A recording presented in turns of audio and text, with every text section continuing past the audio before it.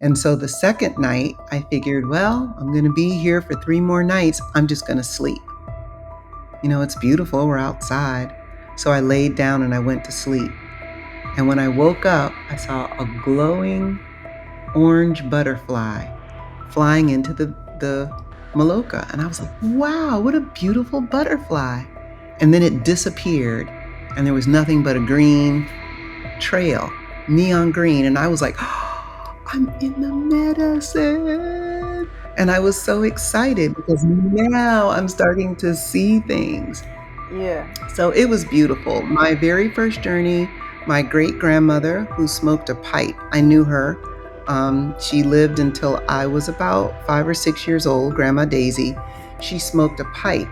I smelled the tobacco from her pipe for about a month to 2 months after that ceremony. Everywhere I went, I could smell it. And so she visited me on my journey. I received lots of messages. The way that I'm metaphysically gifted, I hear and I download naturally.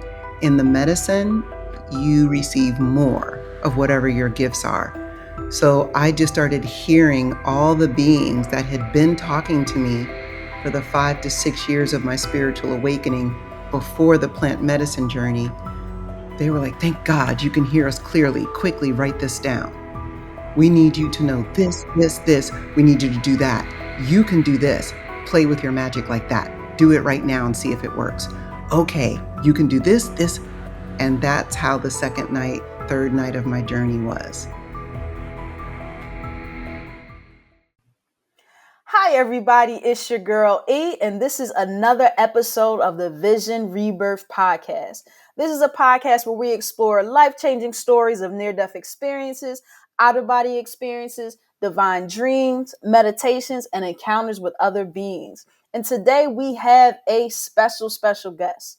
She's a former corporate finance professional, but the current president of wellness company Aerobics, Yoga, and More. She's a certified fitness professional and naturopathic healer with hundreds of guest appearances on shows like the Time Journal Morning Show and various NPR shows. Plus, she's a popular influencer in the wellness space. Her name is Althea Lawton Thompson. How you doing, Althea? Oh, after that introduction, I'm fantastic. Thank you so much. For sure, for sure. I guess I want to start off with this because you started off as a, finance executive, which is sort of like a rigid type of space. Mm-hmm. And now you're in like this sort of free spiritual space. And I'm just curious to like, how did you make, this transition to this? It's interesting because I think a lot of people, first I have to start by saying I'm in my 50s. So when we think about the time that I graduated from college and went to find a job, it's not like there were a lot of people in the wellness space. That wasn't a profession. Whereas now, everybody's a personal trainer, everyone's a nutritionist, everyone is a certified something or other that's helping us to be fit. At that time, you went to school, got good grades, you went to college, got a degree, and you went directly into working a job and paying your bills and doing all the things that the United States tells us you're supposed to do. The interesting thing for me is I was blessed to be raised with two parents who were distance runners. So from the age of maybe 5 or 6, every weekend was spent going to a road race with people getting massages and carb loading before a marathon or a half marathon. That's in the 70s. My Wow. father was the first Black man on the cover of Runner's World magazine in 1976. Wow. So I've always had a background of healthy eating, of exercise, movement, being outside, massage, being very connected with your body and making sure that it was healthy. So when I went to work in corporate America, I was still going running every morning or going jogging in the evenings before going home, working out in the gym. I was doing what I thought I was supposed to do while doing what was natural for me anyway. So it wasn't really a transition, it was always doing them together. What happened was I went through a layoff in 1996. And they gave me an option. If you're willing to move to another city, we'll give you another job. But I had already moved 4 times. I'd moved to Jacksonville, Florida, Cincinnati, Ohio, Virginia Beach, Virginia, Baltimore, Maryland. I wasn't ready to move again. And my then fiance, now husband, had just moved there to be with me. So we decided I will launch my fitness and wellness business, Wow. and he would continue working in corporate. And that was the best thing I could ever have done. So I became a certified personal trainer and a certified group exercise instructor while I was still working in corporate. Hmm. It was really amazing to Wow. be able to do my dream, all because of a layoff. If they hadn't laid me off, I probably would have stayed. I think what's interesting is, even though all of that is, like you said, it's sort of regular now, I feel like in 1996, especially like us as Black people, like that wasn't regular. Like It was not regular. It wasn't yeah, normal. I was the only person running on the beach that looked like yeah, me. yeah. Wow. So how did you, because now you're also into like metaphysics, you're into like this sort of spiritual world. And I know, Yeah, I grew up, of course, like in the Baptist church, and like that's how most people I know, we grew up like that. And like some of this talk is like so foreign to to like colleagues and friends. And so how did you, start incorporating the metaphysics and the spiritual aspect into things? that is such a great question. And I love that you said you grew up in the Baptist church. Again, I was really blessed. And I don't think that this is a coincidence or accidental. I was very blessed that even though my father and my mother were both raised on my mother's side in the AME church, on my father's side in Southern Baptist churches, neither one of them were very strict with religion. They did what their families did, go to church every Sunday, but we didn't do a lot of Bible study. It wasn't a lot of, you've got to pray before you do this, or that's the demon, or that's devilistic, or you're going to go to hell. Neither one of my parents were like that. In fact, my father was really big on reading books like Destruction of the Black Civilization and reading about Egyptology, and all of that Wow. information was in our home when I was a teenager. So it was okay to explore other religions. It was okay to explore what spirituality was. In our household, we didn't see that as a bad thing. And if I said, the Nicene Creed doesn't really make sense to me, why would this be that? That was an okay conversation to have in our household. But when we again talk about transition, for me, it wasn't transition. It's always the way that it has been, to be Wow. able to have philosophical, spiritual conversations and ask questions why, and to look at what colonizers have done and taking over different indigenous countries around the world using the Bible and using Christianity. That's always been a very open conversation, especially with a militant Black father who wanted me to understand this is the greatness that we come from. Here's how these people utilize religion and the Bible to enslave our minds, not just Wow. our human bodies, but our minds. So I don't think it was that much of a stretch or a reach for me. Wow, that's so interesting, because it's like this was really what you were meant to do. Like it was always allowed for you to sort of explore this world. Absolutely. So you mentioned your father, and this is where I want to kind of bridge, talking about this, ayahuasca Hmm. is sort of like the relationship with your father. Is that what caused you to explore ayahuasca and the healing ceremony? That is not at all what caused me to explore it. Someone came to me who had already been to an ayahuasca experience. It's someone that I went to college with, and he was close friends, still is, with both my husband and me. And he had an ayahuasca journey that revealed things to him as a Black man. And he said, I know this medicine is for you. I was told that you're supposed to come and do this medicine. I said no. I didn't want to have anything to do with something that was going to have me throwing up or hallucinating, or I didn't smoke. I didn't drink. I didn't smoke or drink all the way through high school. To me, my body is a temple. So Yeah. I've never been into alcohol or cigarettes or tobacco, any of that. So if somebody is talking about doing something that's going to take me out of my ability to control my thoughts and what I'm doing, to me, it's a no from me, dog. I'm good. But what happened is he went and talked to my husband and he said, listen, I'm telling you, with the way that Althea moves, because I've always been a little bit different. Yeah. I know things, I sense things, I hear things, my dreams come true. That's always been the case. So I'm sure a lot of my classmates and friends, they know that about me. Yeah. Um, he went to my husband and said, I'm telling you, Althea needs to do this. By that time, I had already been going to events like the Gathering of the Shamans in Okay. Sedona. I had already been through a spiritual awakening for about 4 or 5 years where my metaphysical gifts had come on so strong that I wasn't really sleeping at night. I was talking to the moon and animals were speaking to me, and I knew things about sacred geometry with insects.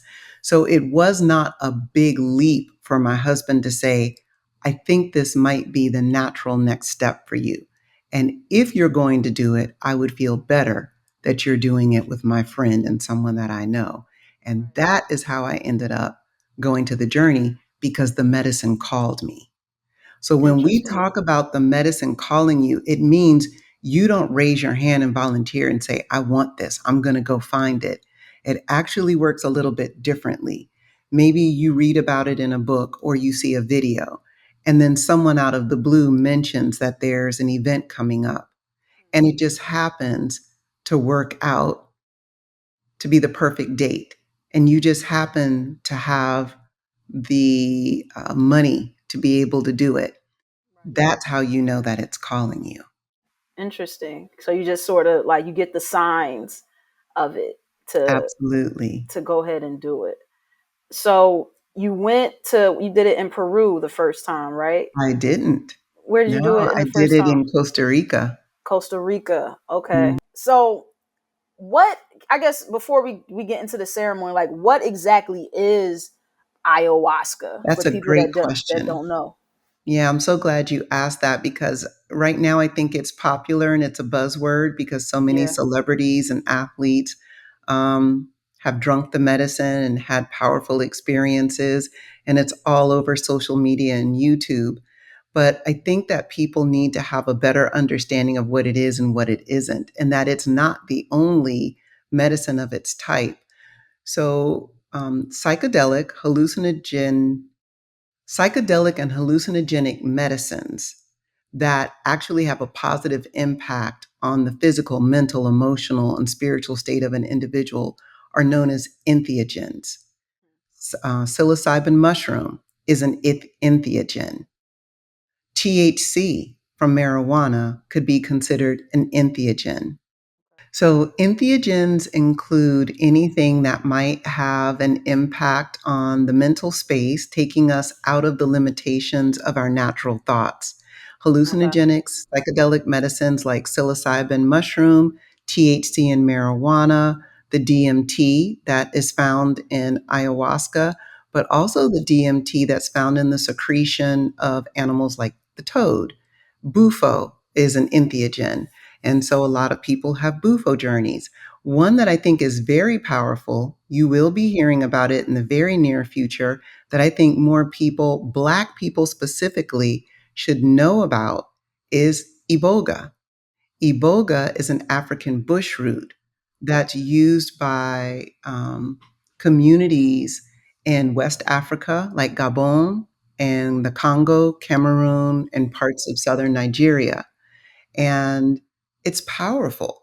So right now everyone's talking about ayahuasca, but mark my words, Black people in a year to 2 years will be talking about Iboga because of its lineage connection to our DNA. And I find that journey to be really powerful, not to be compared to ayahuasca or bufo or any of the others. They each have very unique experiences for humans. So, as we talk about ayahuasca itself, it's actually a vine that wraps around a tree in the Amazon basin. So, the Amazon River runs through South America from the east coast to the west coast, running through countries like Brazil, Colombia, Peru, Ecuador, and the sediment and the water of the Amazon basin makes the plants there very rich and very unique. So the ayahuasca vine is cut and pounded and placed over wood and heated. And then the brew that comes from that is mixed with other plants and flowers from the Amazon basin, which causes the DMT within ayahuasca to release. So that whole blend together is the ayahuasca tea. So it's not like somebody Okay. can just take the chopped ayahuasca vine and start to eat it or turn it into a tea and drink it. It really won't do anything. You have to have the thing that releases it in the system mixed with it. And so this tea, this brew, is prayed over and into by the indigenous communities that live along the Amazon basin. And those prayers are called Icaros, Icaros. And so Ikaros. they're speaking in their tribal languages, they're speaking sometimes in Spanish. And when the person drinks the brew, they're drinking the love and the prayers and the magic that's put into it by the community that boiled that brew. Interesting. It does give you hallucinations, but it also gives you a mental release to see all that's possible. Some people see shapes and sacred geometry. Some people, like I, are very connected to nature. You can begin speaking to animals and bugs and trees. And some people who take psilocybin mushroom, they have that same experience, being very connected to nature. Ayahuasca, in particular, gives you like a lineage connection. So many people end up hearing from ancestors and relatives, some that they knew and some that they've never met and they don't know. And that's why many times ayahuasca is referred to as grandmother, because it tends to Okay. follow the matrilineal history and ancestry of your family. So usually it's a woman that's speaking to you, like a grandmother, great grandmother, great great grandmother, that's giving you this really loving information. Sometimes, like a grandmother can do, it needs to be a little more forceful because sometimes we're not listening. We're not picking up on what's being dropped into us. And so we have to be given some stronger love, like a grandmother would give.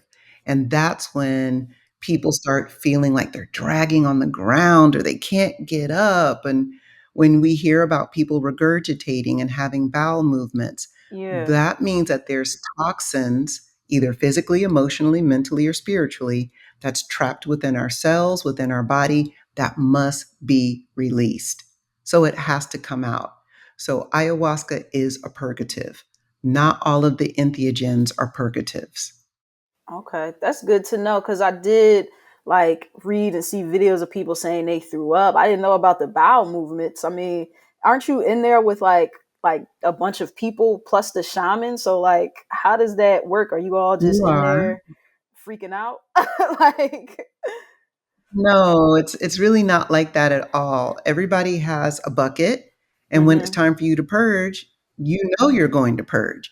So you Yeah, have a couple of options. You can go outside and do it in nature if you're yeah, inside a building. Many times ayahuasca ceremonies are done outside in nature around a fire. So you just bend over where you are and yeah. purge. Um, Sometimes there's water nearby. You can do that in nature. It's natural. The conditioning that we have in the United States absolutely does not match with how natural this is in other places. The indigenous people are looking at us like we're crazy when we're running for a bathroom. To them, they think, why not just use nature? That's what it's for. Yeah. Um, in terms of a bowel movement, many times there is a bathroom very close by. And so people will go to the bathroom, have their bowel movement. You're able to wipe yourself just like normal and come back. So even though you're in this state, this psychedelic, psychoactive state, if somebody were to come to you and say, "Hey, Erica, do you need anything?" You would have your eyes closed, you'd be all in this world, and then you'd look up and say, "Could I please have some water?" Okay. And then you'd go right back into your state. And when I bring you a cup of water, you'd say, "Thank you," and you would drink. Okay. So it's not like you're People are just like completely out dancing. of control. Okay. Okay. What was your That's how you're experience? able to do your healing. What was your experience like? Like, what did you see that sort of like helped you? Well, first, let me start by saying it hasn't just been one journey. Or so it's Okay. hard to say what did I see because it's been 6 years of medicine constantly because I'm a facilitator, because I work with shamans. So every month I'm serving. I'm serving in Peru, I'm serving in Central America and Colombia. And I'm not just serving ayahuasca. So there's other medicines. And when I had my very first journey in 2019, we didn't start with ayahuasca. We started with breath work. And the breath Just work was breath just work? as powerful. Huh. Just breath work, music, nature, rhythms, breathing in, holding the breath, paying attention to where the breath is in the body, releasing. Breathe in now to the heart. What's going on there?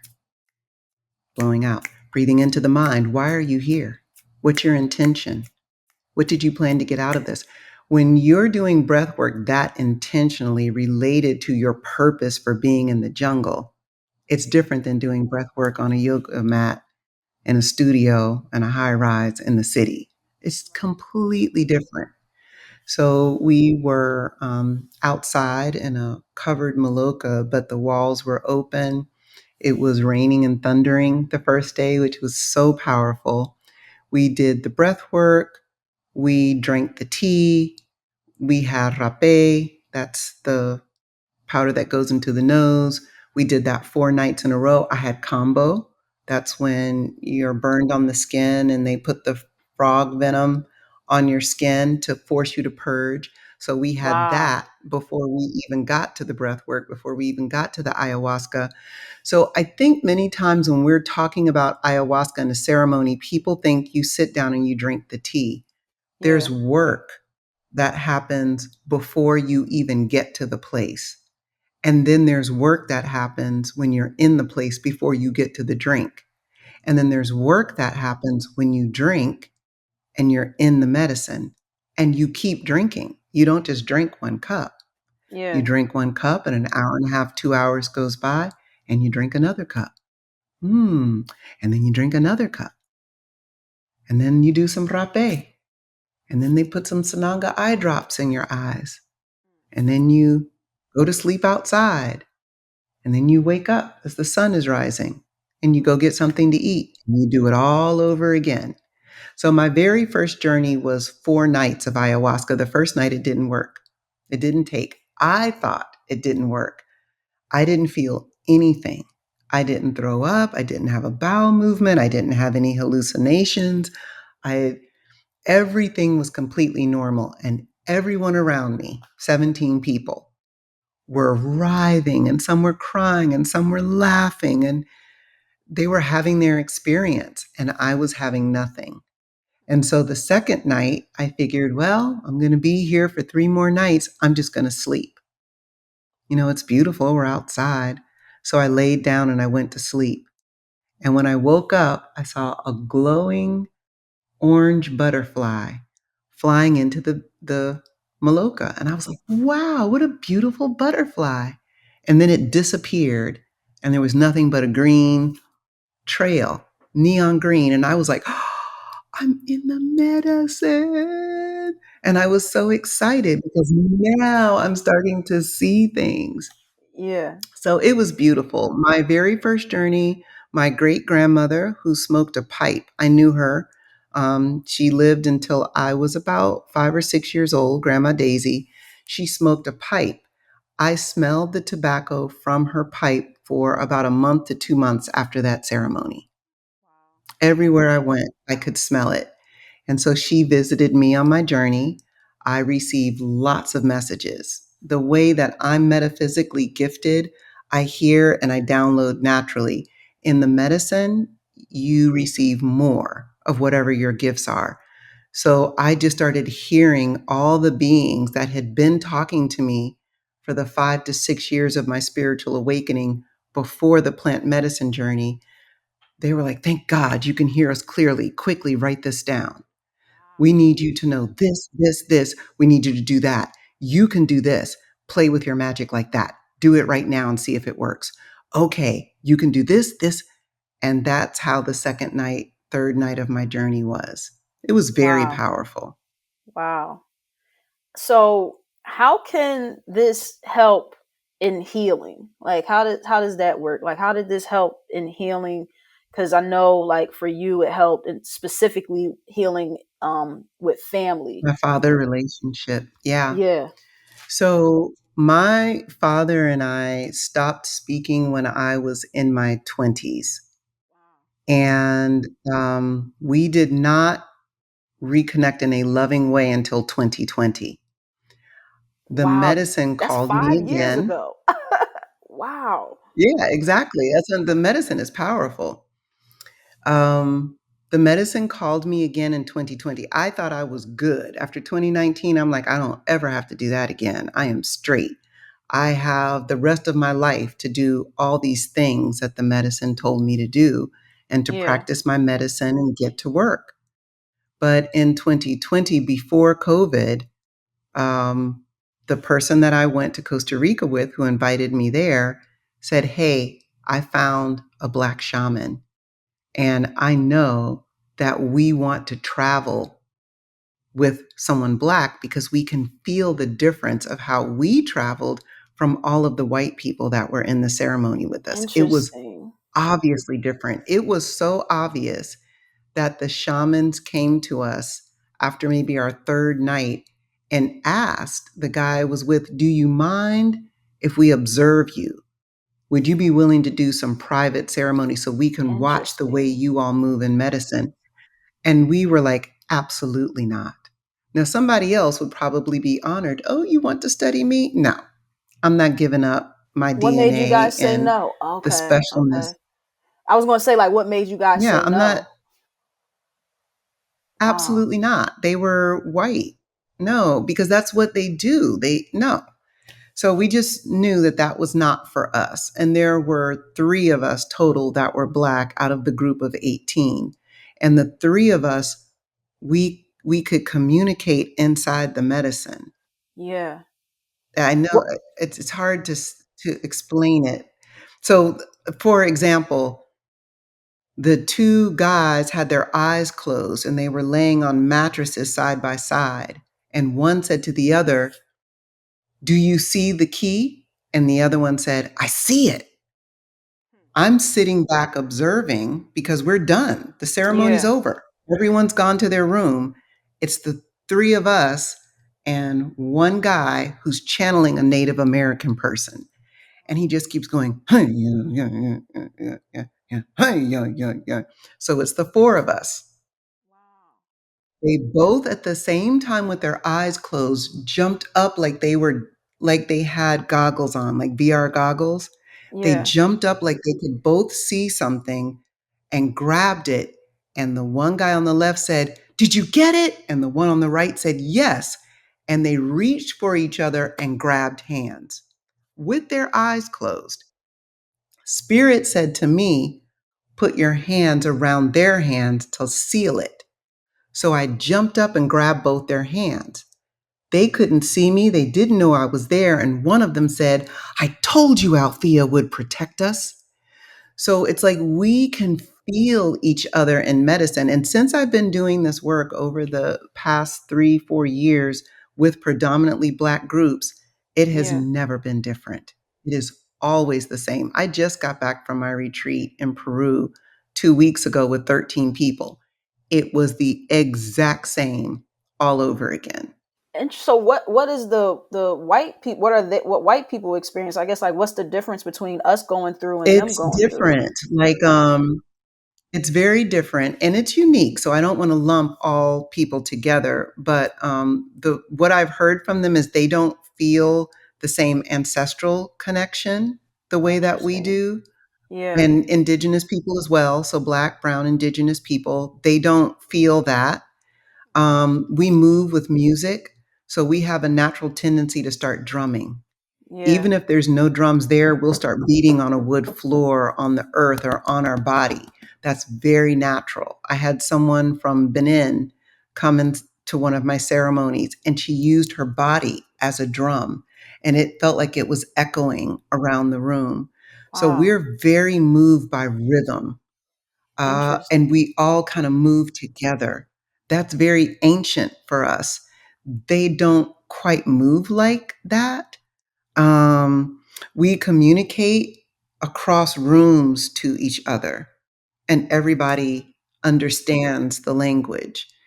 They for sure don't do that. They kind of Interesting. cry and they throw up, and um, they go through their thing. They kind of talk to themselves, but it's very individual. And if they're leading a Interesting. ceremony and you're there as a Black person and you start channeling or moving or drumming, they will tell you you're doing too much. You need to sit down, stay on your mat, be quiet. You're making too much noise. So we're just very, very different. And part of the reason why Spirit has led me to start doing this work is to open up safe spaces for people of color to move the way we move. Hmm. I wonder We why that move. is. Like why is there, or a theory you may have is like, why ours is like that and theirs aren't. So why do you think?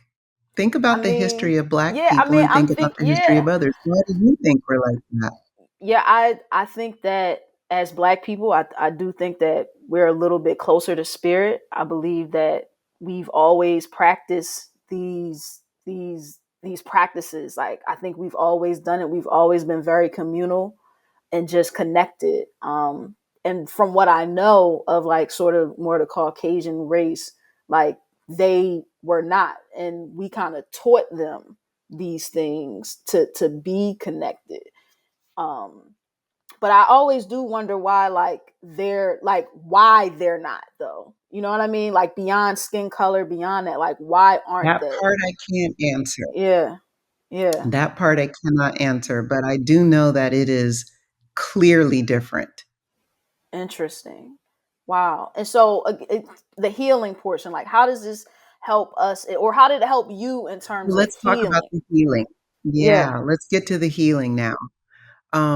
As I said earlier, my father and I did not speak for about 28 years. And when we found the Black shaman and went to have the journey, my husband went with the guy that invited me, and they had a journey. And then I went separately the week after. It was February. It was the second weekend in February. I know because the 5 year anniversary, I went and did a journey with my father. But that weekend, I regurgitated so hard and so forcefully. I felt it coming from my heart. I didn't feel it coming from my abdomen. It was coming from my heart. And when it came out, I said, "Oh, I feel so much lighter." And I knew it was anger, resentment, irritation, all these stories that I had told myself about my father. I knew what it was. My father was having heart surgery. Um, and maybe 2 or 3 days after that journey, I called my brother and said, "I think we're supposed to go see daddy in the hospital." And my brother knew that I had been angry all these years. He was like, "Are you sure? Are you okay?" I said, "Yeah, I'm okay. I'm good. Let's go." And we drove the 5 hours to where he was, went to the hospital. I literally still felt very calm, very real, like nothing I had ever felt before. I literally regurgitated up all of it, 28 years of all of it. That part I will not be able to explain to anyone in words, but anyone who has done it and had a healing experience where they either pooped it out, screamed it out, regurgitated it out, they're the only ones that will be able to make sense of what I'm saying. Once it's gone, it's gone. I can't even remember what it felt like to be that angry. I don't, it's gone. So when I saw him and he saw me, he was shocked because I was there smiling. And he was like, "You're here. What are you doing here?" And then he started crying. And so he was like, "I thought I would never speak to you again. I thought I would never see you again." I'm like, "Well, I'm here, you know, Right. love you." Yeah. And Wow. when I said I love you, then that really made him cry. And that was Valentine's Day. So it was 1 week after that ayahuasca journey. And that was a 2 night ayahuasca journey that also had the rape and some other stuff because you never just do ayahuasca. I can just tell you that. Yeah. Any shaman that does the work indigenously, they don't just give you ayahuasca, they give you stuff before it, after it, during it, and all of it moves the medicine in your system to help you release things that are holding you back. And so my father and I began our healing journey there. By that time, I had been invited to start a facilitator training program. They call it the way you hold the medicine, like how do you move in the medicine. So even though the medicine is in you and you're having this journey, some people are able to walk and talk and purge and then clean up their purge. Like they're not laid out. I naturally am a strong vessel for the medicine, so I carry it well, having my journey and still being present. So I was invited to do a facilitator training, and not long after that, I was invited to do an Iboga ceremony. Iboga. And that was so powerful. And it just continued my knowledge of what I was supposed to do and how I was supposed to do it, and to step out of fear and concern of what other people would think, and to keep spirit as number one. That's all that matters. What God, the universe, and I think is far more important than what any other human thinks. And it has not steered me wrong. Wow. That is beautiful. Um, Now it's been a bit commercialized now, and honestly, just by talking to you, I'm Very just gonna much tell so. people to go to you. But what are some things people should look out for to make sure that they're going to someone that knows what they're doing, that's really coming from a spiritual aspect of things, and not just hopping on the trend? But besides just coming to you, because I'm like, if I have any questions about ayahuasca, if I want to, I am going to come to you. But just so that people can know what to watch out for. Yeah, thank you, first of all, for saying what you said. I'm very honored. And the medicine literally is guiding me every step of the way. So I'm so grateful to hear you say that. Um, there are many things that people should look out for. I think they should always ask a shaman, who have you trained with? Where have you trained? Where have you learned about the medicine? Yeah. Show me. I'd like to talk to some people that have journeyed with you. Give me their numbers. I want to see them. I want to talk to them. I think you should research where the medicine comes from and who made Okay. it. Yeah. That's really important. And whoever's serving you should be able to tell you, this is where this medicine came from. Here's who made it. Here are the prayers that I put into it when I helped to cook it for you. That's really important. Um, people should also be looking for more than one person in the serving space. Who else will be there? A Okay. one on one is not always safe. There's a lot of people that are reporting being molested, sexually abused once they're in the medicine because they did private one on ones with someone. I don't recommend that. And I have never served anybody one on one. I always have another person present in space. And let me be clear, I do not call myself a shaman. And it's very, very rare that I will serve ayahuasca as the lead. I Okay. am almost always with an indigenous person who's raised in the medicine, born to the medicine, or has been training for 15 to 20 years. Um, the next thing I would say is if a person does not medically screen you and interview you, do not sit down in that medicine. If somebody says, yeah, come on, we got a ceremony this weekend. Come on, Erica. Yeah, grab your Yeah. friends. Tell them they can come too. No, they need to be screening you for your medical wellness, your mental wellness. Very, very important. And they need to be asking, what medications are you taking? Ayahuasca and most medications do not play well together. Okay. Um, if somebody is addicted to anything from marijuana to alcohol to other DMT medicines, they should not sit in Aya, and the leader should not allow you to do that. There has to be some process of beginning to wean yourself from these things before you sit with the medicine, because again, all of the medicines don't play very well together. Most Right. of them Right. do, but not all of them. Iboga, for instance, you should not be using any other medicine 2 to 3 months before eating the bark of Iboga. That's good to know. Yeah, I heard that you should actually kind of be vegetarian before any of it, because I heard that when you're not, like, the, I guess the medicine senses the spirit of the meat that you ate or whatever. So I heard like people were saying like you should, really watch your diet before you even go in some instances. So man, this this Well, is that's this interesting. I want to this add something about the diet. yeah. The Yeah, no, first I was thing I just want gonna to say say that is sounds yes, like a really serious thing. Like this is so serious. Like it's it's not just very, very serious. yeah, It yeah. is But go not a ahead. game. Yeah, It's very, yeah. very serious. So the eating part is important. Dairy is not recommended at all with any of the DMTs. No dairy. Um, trying to avoid fried food, salt, spicy foods. That also is recommended. Salt keeps you grounded, and you need to be Mm, able to move up. to get up. So, in terms of meat, a lot of tribes eat meat during their ayahuasca. So again, this is kind of like a United States, North American thing. Whereas if you go to parts of Brazil and Colombia, they're going to be eating chicken, sometimes beef, fish, all of those things.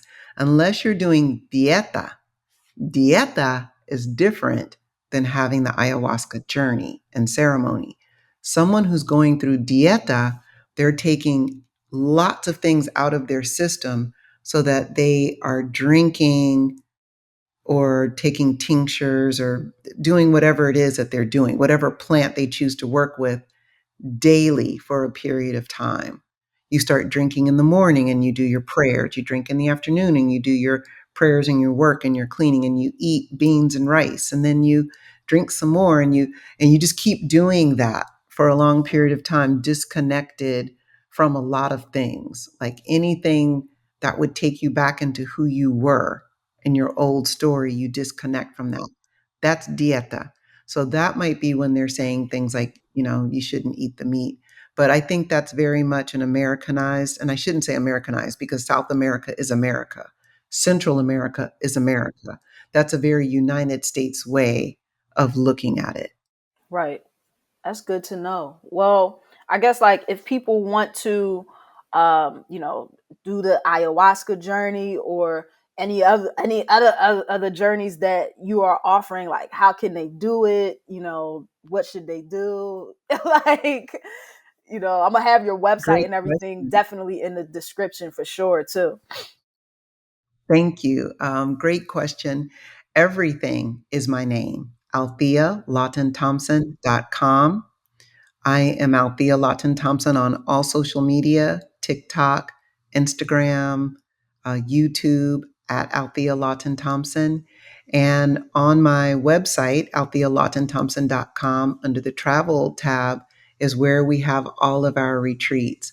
We do retreats in Jamaica, in Peru. We'll be going to Gabon, West Africa in 2026 for an Wow. Iboga initiation for 2 weeks there. So there are opportunities for people to travel. I will say that just about all of these are illegal throughout the United States. I'm not made for jail, so people will not be able to do these things with me in the US. If you want to Gotcha. do them with me and you want to do them in the traditional indigenous way, you'll need to travel with me to Wow. do it. That's beautiful. Well, thank you so much, Althea. I know I learned a ton with this, like, because just reading about it, I didn't get I mean, I knew it was serious, but I still kind of looked at it as like, if you smoke weed or if you just had like some drugs. But in talking to you, like, I understand that it is very serious and it is a real spiritual thing that you have to be prepared to do the work with. So thank you so much for that. Mm-hmm. As far as everything else, you make sure you follow us at Vision Rebirth on everything. My name is E, and you can find me at the underscore on real E, the underscore real E on all social platforms. Make sure you like and subscribe to Vision Rebirth. Thank you for listening, and thank you, Althea, again. And cut.